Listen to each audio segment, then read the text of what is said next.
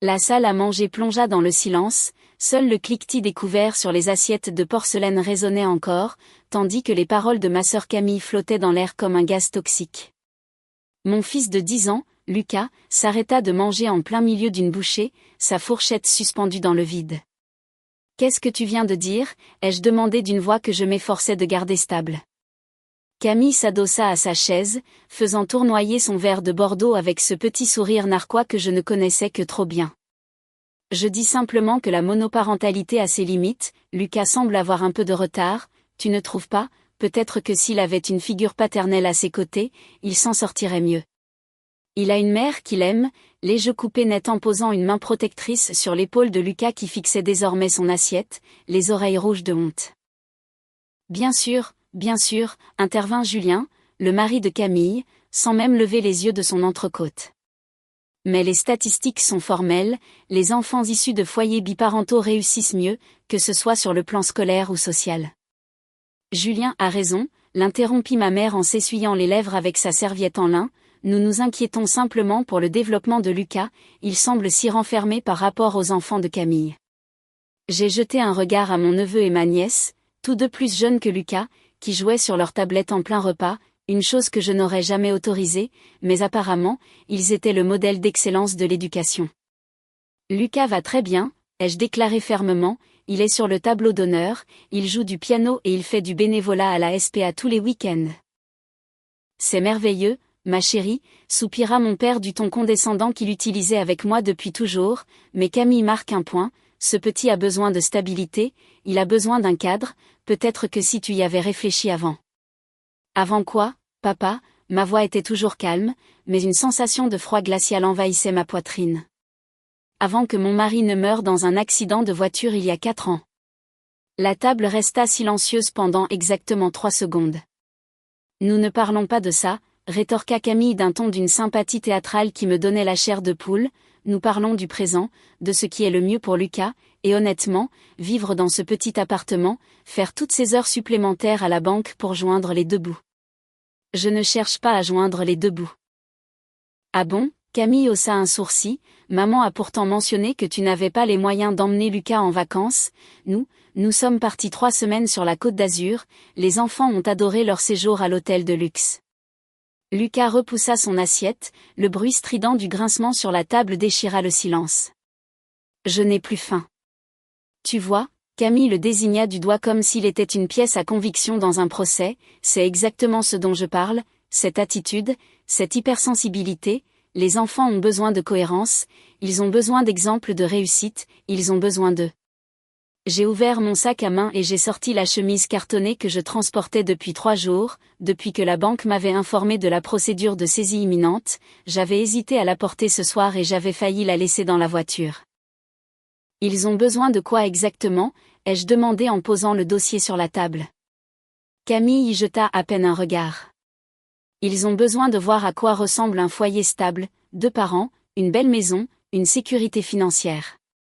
Amélie, me prévint ma mère, Camille essaie juste de t'aider. M'aider? J'ai souri et j'ai eu l'impression que mon visage allait se briser, c'est donc ça, ne sois pas dramatique Camille, nous sommes une famille, nous avons le droit d'avoir des inquiétudes et franchement, si tu ne peux pas supporter une petite critique constructive. Ton prêt immobilier a 3 mois de retard, ai-je dit doucement en ouvrant le dossier, la banque a envoyé l'avis de saisie mardi dernier. Le verre de vin de Camille s'arrêta net dans son mouvement. Quoi? Ton crédit IMO, j'ai sorti le premier document et je l'ai fait glisser sur la table, celui pour ce magnifique pavillon de 4 chambres dont tu aimes tant poster des photos sur Instagram, 3 mois d'impayés, un total d'arriérés de 15 462 €. Le visage de Julien devint livide. Comment sais-tu? Je travaille à la banque, Julien, je ne suis pas guichetière, je suis la responsable régionale des crédits immobiliers depuis 2 ans. Mon père se pencha en avant. Amélie, qu'est-ce que tu racontes? Laisse-moi finir, papa, je gardais une voix posée, presque conversationnelle. Camille, veux-tu expliquer à tout le monde pourquoi ton prêt n'est plus payé ou dois-je le faire?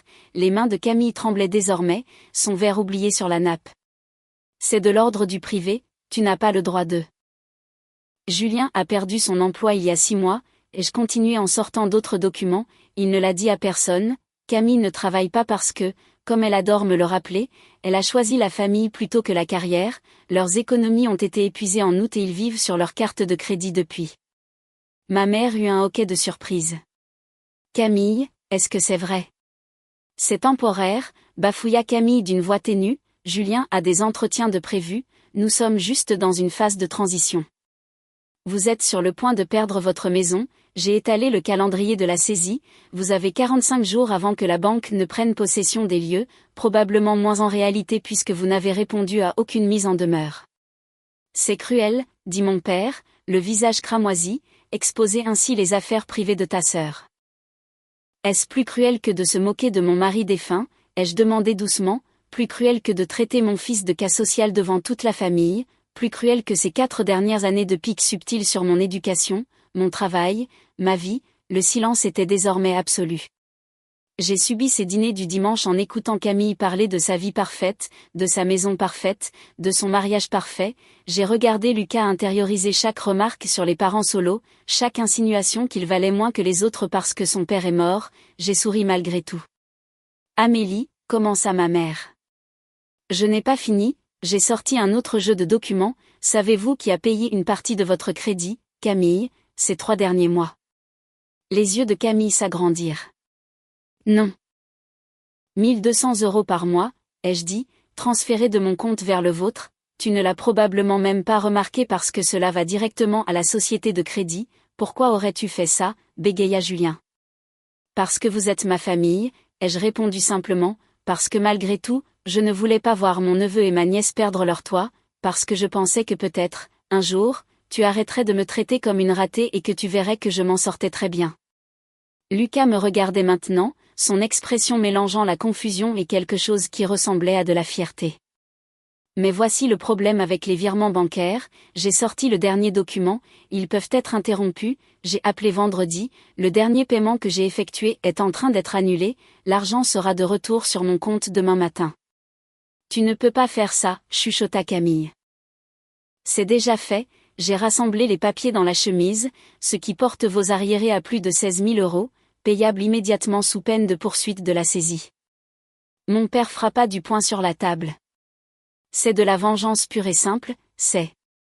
C'est moi qui défends mon fils, ai-je dit, ma voix s'élevant enfin, c'est moi qui refuse que vous le fassiez se sentir petit une seconde de plus, c'est moi qui vous rappelle à tous que je n'ai besoin ni de votre approbation, ni de vos conseils, ni de votre pitié. Nous essayons juste d'aider, dit ma mère faiblement. Non, vous essayez de vous sentir supérieur, je me suis levée, entraînant Lucas avec moi, il y a une différence. Le visage de Camille passa du blanc au rouge. Tu vas nous laisser perdre notre maison pour quelques remarques. Quelques remarques, j'ai ri, mais sans aucune trace d'humour, Camille, tu as passé 4 ans à faire en sorte que mon fils se sente inadéquat, 4 ans à insinuer qu'il est brisé parce qu'il n'a pas de père, sais-tu qu'il m'a demandé le mois dernier si c'était sa faute si son papa était mort, parce qu'il pensait avoir fait quelque chose de mal pour ne mériter qu'une demi-famille. La main de ma mère se plaqua sur sa bouche. C'était tes mots, d'ailleurs, ai-je lancé à Camille, lors du repas de Pâques, une demi-famille, Lucas s'en souvient. Je ne voulais pas dire ça. Tu le pensais, chaque mot, chaque insinuation, chaque commentaire arrogant sur mon petit appartement, mes horaires à rallonge et ma vie bricolée, eh bien, voici de quoi réfléchir pendant que vous ferez vos cartons pour quitter votre maison parfaite, mon appartement m'appartient, il est entièrement payé, sans aucun crédit, et ses heures de travail, je suis la plus jeune responsable régionale que la banque ait jamais connue, je gagne un salaire à 6 chiffres, j'aurais pu acheter une maison 2 fois plus grande que la vôtre.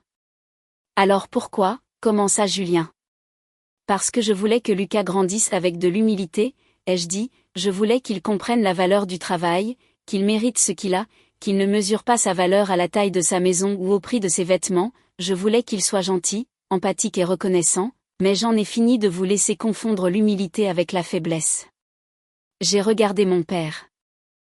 Et papa, avant que tu n'ajoutes quoi que ce soit sur ce dont Lucas a besoin, sache qu'il a été accepté en section internationale au collège privé de l'Edison Academy, avec une bourse complète basée sur ses résultats académiques et sa rédaction sur la résilience face à la perte, il commence en janvier. La bouche de mon père s'ouvrit et se referma sans un bruit.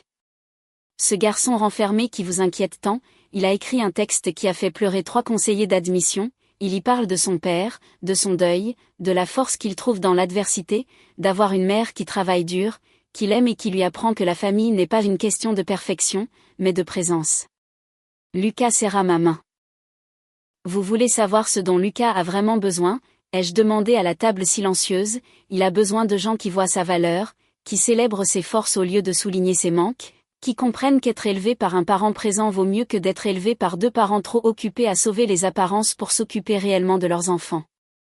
J'ai regardé Camille, qui pleurait maintenant, son mascara coulant sur ses joues, pendant un instant, juste un instant, j'ai ressenti une pointe de sympathie, puis je me suis souvenu de Lucas repoussant son assiette, disant d'une petite voix qu'il n'avait plus faim.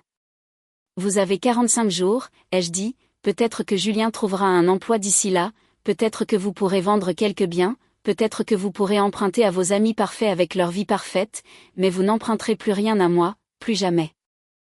Amélie, s'il te plaît, ma mère a tenté de me rattraper.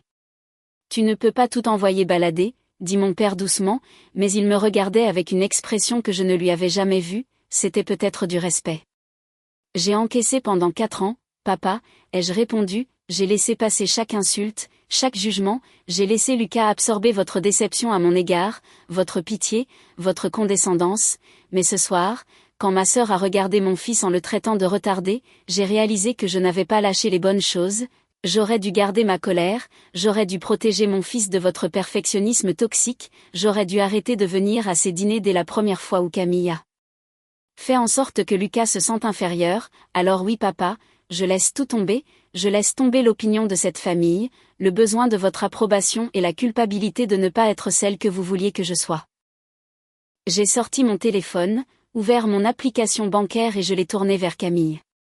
Tu vois ça, c'est mon compte d'épargne, 230 000 €, je pourrais rembourser votre crédit demain sans même le sentir passer, mais je ne le ferai pas, parce que mon fils regarde et j'ai besoin qu'il voie qu'on ne récompense pas la cruauté par la gentillesse, on n'encourage pas les harceleurs, même s'ils font partie de la famille. Nous ne sommes pas des harceleurs, sanglota Camille. Vous êtes pire, ai-je dit, vous êtes des harceleurs qui pensent être de bons conseils, c'est l'espèce la plus dangereuse. J'ai regardé chacun d'eux une dernière fois, mes parents figés sur leur chaise, Julien fixant son assiette vide, Camille pleurant dans sa serviette, mon neveu et ma nièce levant enfin les yeux de leur tablette avec des regards confus. Lucas et moi ne viendrons plus au dîner du dimanche, ai-je annoncé, peut-être que lorsque vous aurez appris à traiter les gens avec un respect élémentaire, nous pourrons réessayer, mais d'ici là, bon appétit, profitez bien de votre jugement et de votre supériorité. Je me suis dirigée vers la porte, la main de Lucas dans la mienne. Amélie, cria ma mère derrière nous, tu fais une erreur. Je me suis retournée une ultime fois. Non maman, l'erreur a été de laisser cela durer si longtemps, l'erreur a été de croire qu'être une famille signifiait accepter d'être maltraité, l'erreur a été d'apprendre à mon fils que l'amour signifie tolérer les gens qui vous rabaissent. Mais nous sommes une famille, murmura-t-elle. Une famille est censée te porter vers le haut, pas te détruire pour se sentir mieux dans sa peau. Alors que nous marchions vers la voiture, Lucas a fini par parler. Maman. Oui, mon grand. C'était vraiment trop stylé. J'ai ri et j'ai eu l'impression que quelque chose se libérait enfin dans ma poitrine. Tu trouves? Ouais, tu nous as défendus. Il a marqué une pause. Mais maman, tu payais vraiment le crédit de tata Camille. Oui, je le payais. Pourquoi? J'ai déverrouillé la voiture et nous nous sommes installés. Parce que j'espérais qu'en l'aidant, elle finirait par voir que je n'étais pas la ratée qu'elle pensait, qu'elle serait peut-être plus gentille, mais elle ne l'a pas été. Non, elle ne l'a pas été. J'ai démarré le moteur. Parfois, les gens ont besoin de se sentir supérieurs à quelqu'un d'autre pour s'aimer eux-mêmes, et j'ai accepté d'être cette personne pendant trop longtemps. Est-ce qu'ils vont vraiment perdre leur maison? J'y ai réfléchi en sortant de l'allée. Probablement pas, ton grand-père va les renflouer, il le fait toujours. Alors pourquoi tu leur as dit tout ça? Parce qu'ils avaient besoin de connaître la vérité, ils avaient besoin de savoir que leur jugement était basé sur des suppositions et non sur la réalité, et toi, tu avais besoin de voir que nous allons très bien, Lucas, mieux que bien. Il est resté silencieux un moment. Je n'ai jamais cru que j'avais du retard. Mon cœur s'est serré. Tu n'en as pas, tu es parfait tel que tu es. Je sais, a-t-il dit simplement, j'étais juste triste parce que tata Camille le disait, mais je ne l'ai pas cru. J'ai jeté un regard vers lui, ce gamin incroyable et résilient qui avait perdu son père et n'avait jamais laissé cela le définir. Quand es-tu devenu si sage? Il a haussé les épaules. J'ai appris de toi. Nous sommes rentrés à la maison dans un silence apaisant, laissant derrière nous la maison parfaite, la famille parfaite et l'illusion parfaite. Mon téléphone a commencé à vibrer presque immédiatement, des messages de ma mère, de mon père, même de Camille, je ne les ai pas regardés. Maman, a dit Lucas alors que nous arrivions devant notre immeuble. Oui. On peut commander une pizza et regarder un film. J'ai souri. Absolument. Et maman, je suis content que ce soit juste nous deux. Moi aussi, mon grand, moi aussi. En montant vers notre appartement, j'ai réalisé quelque chose, j'avais passé 4 ans à essayer de prouver que j'étais à la hauteur, mais je l'avais toujours été. Le dossier était dans mon sac, preuve de secret et de lutte, mais la véritable révélation n'était ni le crédit de Camille, ni mon poste, ni mes économies, c'était plus simple, certains combats ne valent pas la peine d'être menés, mais d'autres, ceux pour la dignité de son enfant, pour son estime de soi, pour lui faire comprendre que l'amour n'est pas conditionnel, cela valent tout l'or du monde. J'avais gardé tout ça en moi trop longtemps, toute cette colère et cette souffrance, mais maintenant, je lâchais prise pour de bon, non pas la colère face à leur comportement qui était justifié, mais le besoin de leur approbation, de leur acceptation, de leur validation. Lucas et moi nous suffisions, nous avions toujours suffi, et quiconque ne pouvait pas le voir ne méritait de toute façon pas sa place à notre table.